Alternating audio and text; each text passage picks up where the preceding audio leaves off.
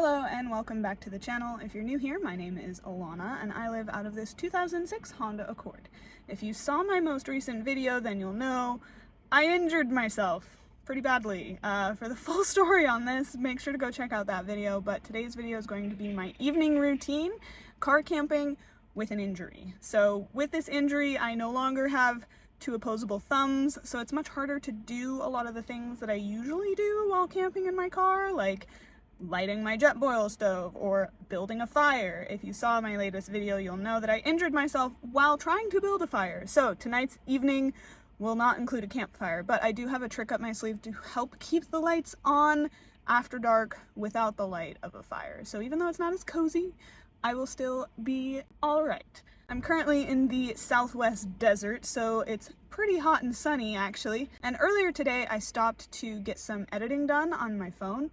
And while I was editing on my phone, I decided to whip out my solar panels so that I could charge up my new Anker SOLIX power station, which is not only going to keep the light on tonight, but it's also going to help me cook my dinner. So let's go find a spot to do that.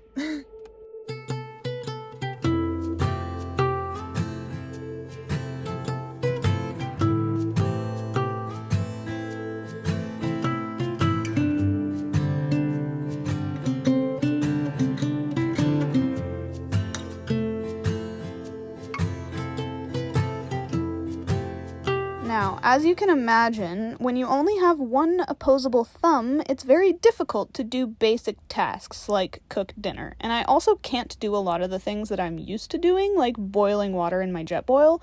Lighting my jet boil requires two opposable thumbs, but luckily powering on my Anker SOLIX C800 portable power station doesn't take any thumbs at all. So I have this rice cooker that I was able to plug into the power station. Luckily, the power station can handle up to 1600 watts, so I wasn't too worried about using this small kitchen appliance. I struggled to open the ramen, but I got it, and I just covered that and let it simmer until the noodles became soft, and then I added some vegetables that I had in my cooler to pretend like this is a healthy meal. And then I had to open my ice chest again to find my chili crisp oil, which is my secret ingredient to making basic ramen taste delicious. I struggled to open it, but I got it eventually. And I added a bunch of chili crisp oil to the pot. This is my favorite secret ingredient whenever I'm cooking Asian food. I also struggled to open the little seasoning packet, but I got it and stirred it up. And then I just covered it back up and let it sit. And after this, I was kind of curious to see how much power this little rice cooker had been drawing. So when I checked, it was only drawing 36 watts, which was pretty good. And I could continue running it for another 11.9 hours, which I don't need to do, but it's still at 90%. So I have plenty of battery to charge my electronics later today. If you're curious about getting your own Anker SOLIX C800 portable power station, they are currently running a launch offer where you can get the power station for only $4.99. So I will leave a link down in the description if you're interested. Now, just because I'm injured doesn't mean my to-do list for work has stopped existing. So, on my to-do list for today was to film a meditation for my Mind on Yoga Academy, and because I was already using my regular tripod to film this vlog, I decided to use the expansion pole that comes with the power station to support my camera. I was a little nervous putting my giant mirrorless camera on top of this, but it seemed pretty sturdy. And what's really nice about this is if I had forgotten to charge my camera batteries, I could just plug the camera in while I was filming. So that's a pretty convenient factor that you don't get with a regular tripod.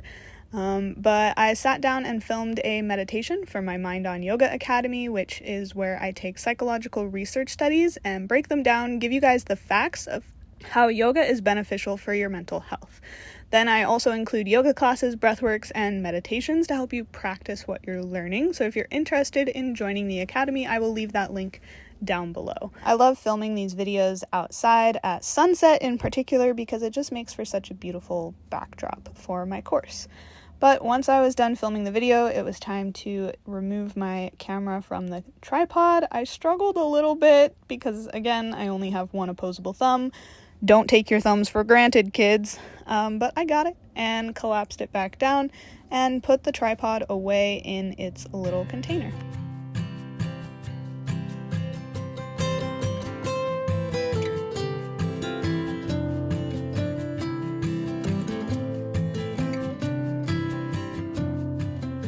Now, with the sun setting, that means darkness is quickly approaching, so I decided to get the camping light set up. This is a 3-way camping light that attaches to the same expansion pole that I used with my camera, and this light has 3 different settings: candle mode, ambient light mode, and torch mode. And depending on which brightness level you're using, this light can run from anywhere between 8 to 130 hours before you need to recharge it.